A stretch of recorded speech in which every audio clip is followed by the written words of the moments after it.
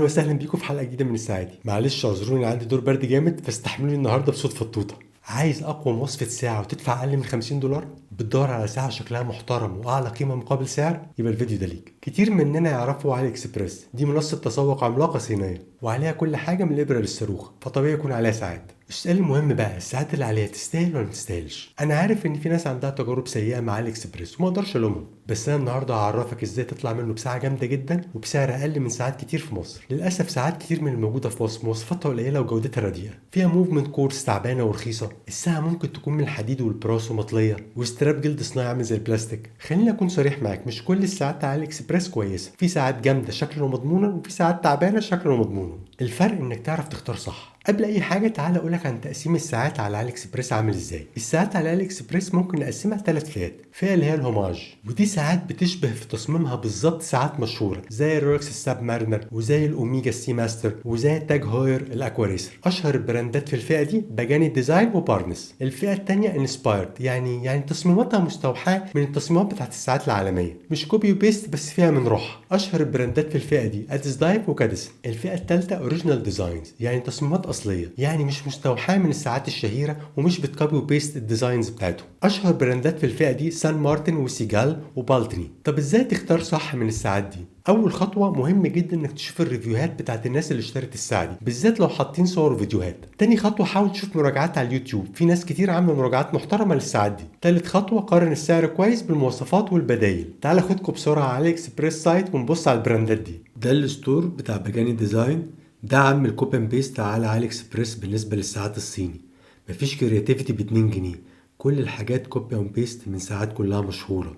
لكن زي ما انتم شايفين هتلاقوا سبيكس كويسه وبسعر مناسب. لو بتحب الساعات الهوماج روح على باجاني ديزاين على طول. ده الاوفيشال ستور بتاع كاديسون، هنشوف ديزاينات مختلفه، منها حاجات انسبايرد وحاجات ممكن يعني طلع عليها سيمي اوريجينال ديزاين. نطلع فوق ننقي ساعة ونبص عليها بالتفصيل. الساعة دي سعرها $51. السبيكس بتاعتها 39 مللي الكيس، فول ستانلس ستيل، سفاير كريستال، مقاومة مية 50 متر، وموفمنت ميوتا جابانيز. بصراحة قيمة هايلة مقابل سعر. ده الستور بتاع سان مارتن، هنلاقي عليه ديزاينات بصراحة شكلها اوريجينال. سان مارتن ما ابتداش كده، سان مارتن ابتدى ان هو بيكوبي الساعات المشهورة، لكن مع الوقت بقى ليه خطوط التصميمية الخاصة بيه. زي ما انتم شايفين الفئة السعرية بتاعته أعلى من بقية البراندات اللي موجودة على علي اكسبريس، بس بصراحة مستوى التشطيب والخامات والسبيكس أعلى بكتير من كل على علي اكسبريس.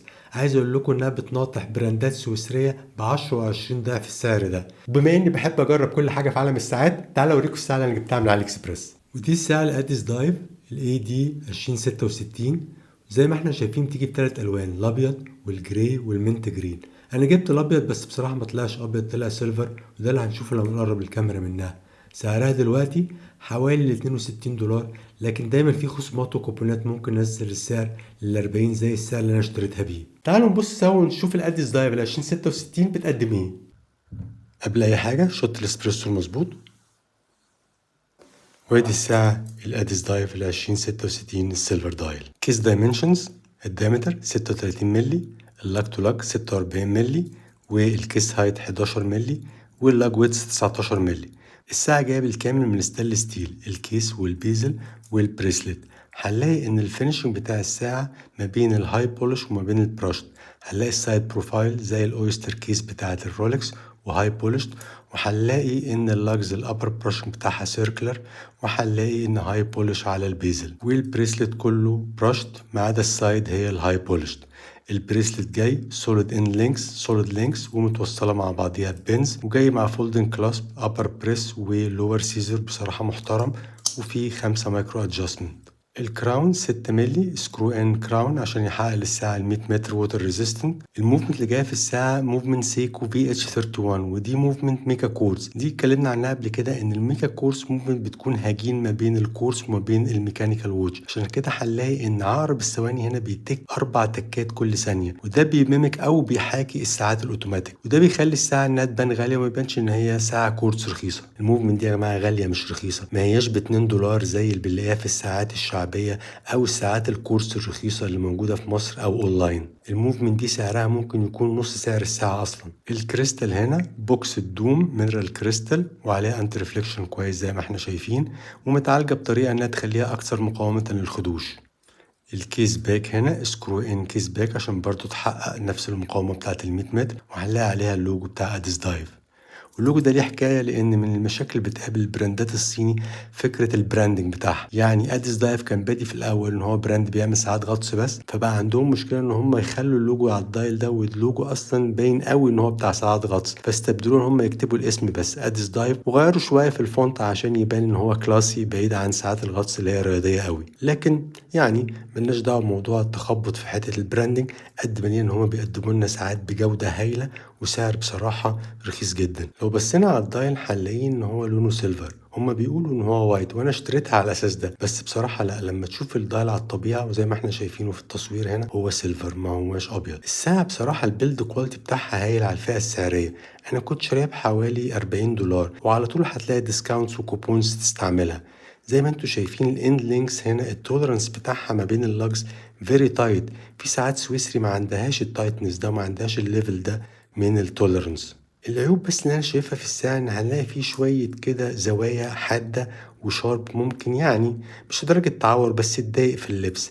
لو خدوا بالهم من الحاجات دي هتبقى الساعة بصراحة هايلة جدا في الفئة السعرية بتاعتها. الان لينكس اللي جاي مع الساعة هنا هي فيميل، فده بيساعد انها تضرب على طول تحت الساعة، ما تعملش اي اكستنشن وتزود اللاج تو لاج. اللاج تو لاج 46 وبيخلي الساعة دي ما تبقاش صغيرة في الايد زي ما 36 بتقول. اوريكم الساعة على ريست ايدي، انا ريست ايدي 17.5 سنتي في الريفرنس.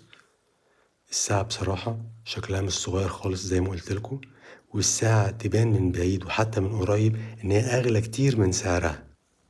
وادي الساعة على الاستراب الشموع، بصراحة استراب مريح جدا ومشيك الساعة قوي. انا اغلب الوقت بلبسها بالاستراب ده. هنشوف هنا تفاصيل الدايل عن قرب. هنلاقي ان الدايل متقسم 3 اجزاء، الجزء الداخلي وهو فيه تكستشر كده، والجزء اللي في الوسط عبارة عن حفر دائري، والجزء الخارجي اللي عليه العلامات بتاعة الدقايق، وفيه اللوجو بتاع اديس دايف عند الساعة 12، وال100 متر الووتر ريزيستنت عند الساعة 6. وشايفين ال 3 دي بتاع الانتسيز كلها هنا ابلايد، وبصراحة المستوى التشطيب فيها عالي جدا على الفئة السعرية اللي جاية فيها الساعة. لو عملنا زوم ان اكتر هنلاقي تفاصيل الاندسيز قد ايه هايلة ودقيقة، وجواها اللومينيشن، وهنلاقي التكشر بتاع الدايل جميل جدا. طبعا هي سيلفر في سيلفر فالوضوح مش احسن حاجة عن بعد، لكن الدايل سيمبل وجميل. هنشوف هنا البي جي دبليو 9 وده اللومينيشن بتاع الساعة. هنشوف الساعة في الإضاءة الطبيعية من خلال الريست رول، وبعد كده هنشوف البوكيت شوت.